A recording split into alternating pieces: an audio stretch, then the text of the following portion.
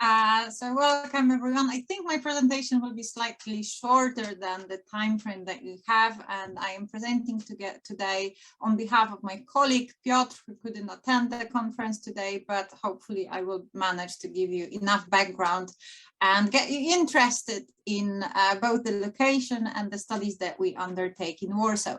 So the title of the presentation is The Role of Urban Habitat Continuity, and then so on and so on. It's a long title, but this is part of a broader study that we have been doing in Warsaw for quite some time that focuses on those green spaces in Warsaw that developed on their own. So we are basically seeking for wilderness, and we are seeking for those areas that develop due to the spontaneous succession process. So it's part of the direction that the whole management, the green spaces management in Warsaw is directed right now. So we can see the change both in people's attitude. Also, we have climate change. We have all the different problems that interact with various vegetation in cities. And Warsaw is a very good example of a city where we have a lot of neglected spaces. And of course, they are named differently. They can be named vacant lots, abandoned places, derelict places, informal green spaces. And there's a whole variety of different names that we have for those not necessarily formal places, so not parks, green spaces, and cultivated vegetation. But what got our attention most is the process of natural succession. So those areas which are bereft of cultivation and where this whole wilderness is happening. So this is where all the magic takes place. And on one hand, these areas are very interesting from a botanical point of view, from the point of view of biodiversity. But on the other hand, we also have those social aspects. Would people consider them as messy, or whether they would approve of them? So we have a very important social context at the same time. And we are trying to encourage the stakeholders that by doing nothing and by reducing the cultivation, we can actually get higher benefits, higher ecosystem services delivery, and that those areas can also be more biodiverse. And fortunately, people start to be more and more accepting such wild areas. And this part of study that I wanted to show today is trying to implement, this is where we try to implement also remote sensing methods and LiDAR to firstly detect those areas and measure the structure, but also find the links between biodiversity. So this study is primarily focused on floristical diversity particularly, and those features that can best explain it. So how come such areas can exist in the city? How come spontaneously developing vegetation can exist? So it can happen due to natural succession process. Well, we can also have silvicultural areas, which is like less likely in the cities to take place.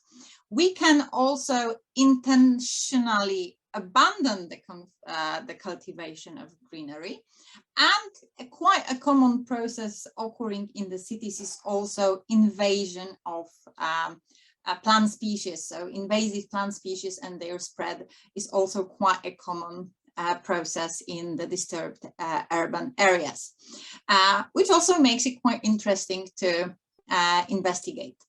And the primary role of urban green spaces, well, let's face it, it's not necessarily the natural value.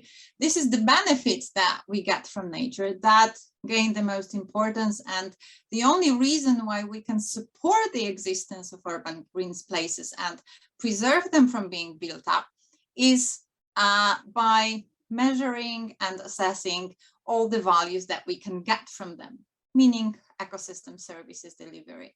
Unfortunately, biodiversity per se is very blurry within the whole ecosystem services concept. So very frequently we just treat it separately, and we try to find those indicators that would relate to biodiversity separately from all the ecosystem services, despite the approach that we use, whether it's CCAS or whether it's a Millennium Ecosystem Assessment classification, it really doesn't matter.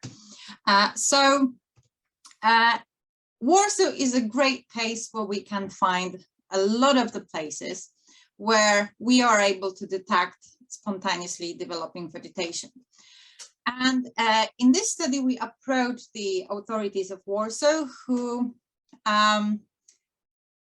presented us with the location of those publicly owned spaces where they do nothing. So those areas are bereft of cultivation, they have various property problems, but they are all, the authority of Warsaw is in charge of all of them. So we only worked with the public land. And this is the authority of Warsaw that we cooperated with to find out whether those areas would host biodiversity and whether we can find any indicators that could predict that. And we studied various plant communities at various levels of development, most of them located in degraded sites. And we identified, for the purpose of this biodiversity assessment study, two major types. One type was the vegetation that was abandoned long time ago, and it resulted in formation of forest vegetation. And the other group of areas was the vegetation which was only partially abandoned, meaning that every now and then, every 4 years, 5 years, the biomass might have been removed, but we classified them as being abandoned for at least 3 or 4 years.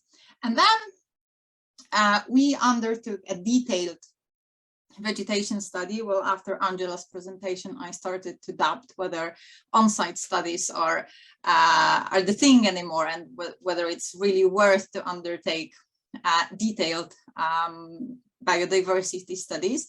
But fortunately, there are still so many plant species that are so difficult to identify. For instance, sedges, that you have like 150 sedges that bloom for 2 weeks during the year, and it's close to impossible to identify them. So fortunately, there is still quite a lot of for the spectral indices identification for the development of methods, and fortunately the botanists are still needed.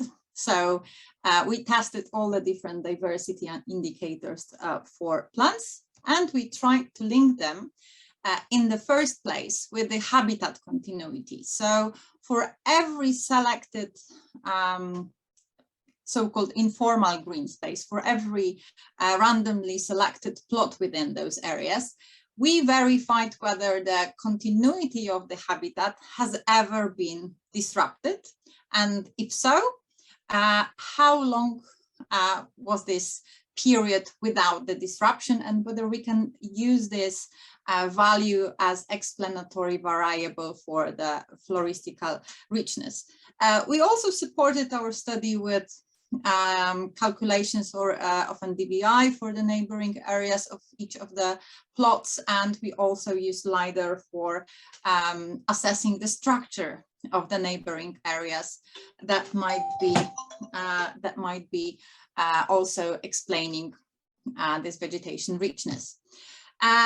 And what we got was quite an interesting result, that all the abandoned sites, so all the sites that were woody vegetation and whose habitat continuity wasn't disrupted, were in fact very much diversified. So these were the old sites that hosted the highest biodiversity, while those partly abandoned, it wasn't the case that it explained this diversity. So this supports very much that such areas in the cities that where the vegetation has already developed into a woody vegetation of long habitat continuity are of the greatest importance in terms of preserving diversity.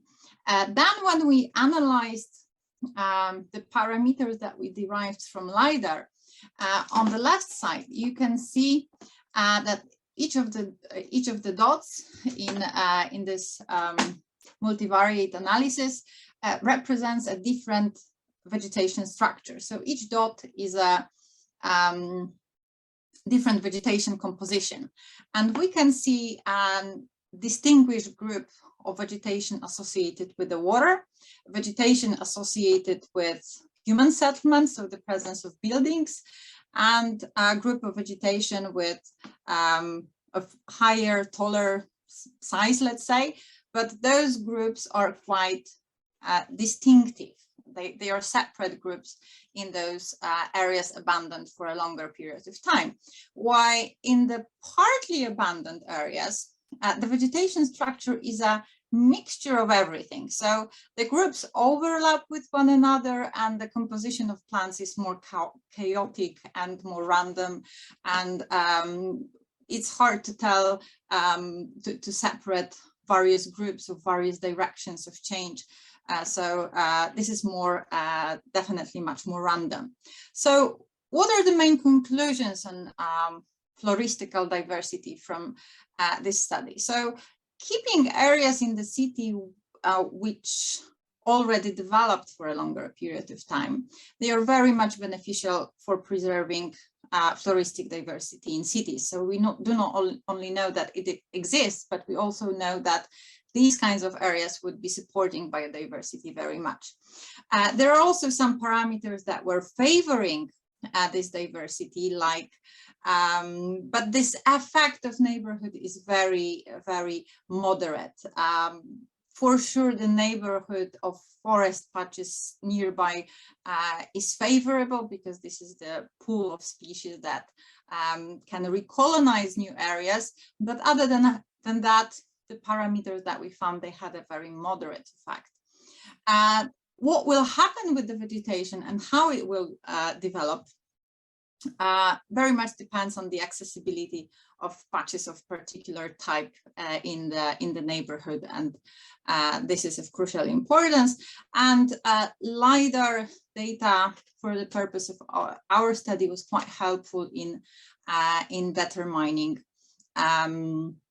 the areas with the highest biodiversity levels, and we will definitely further develop these kinds of studies, as they very strongly fall within what is happening in Warsaw, meaning going wild, supporting less cultivation in the cities, convincing people that you can get more by doing less, and we can see this increasing approval and an increasing need of people to have direct contact with nature. So this very much falls in line with other studies that we do in supporting biodiversity in cities. So that would be all. I will gladly answer all your questions, but most importantly, the ones regarding the biological data, not the analysis that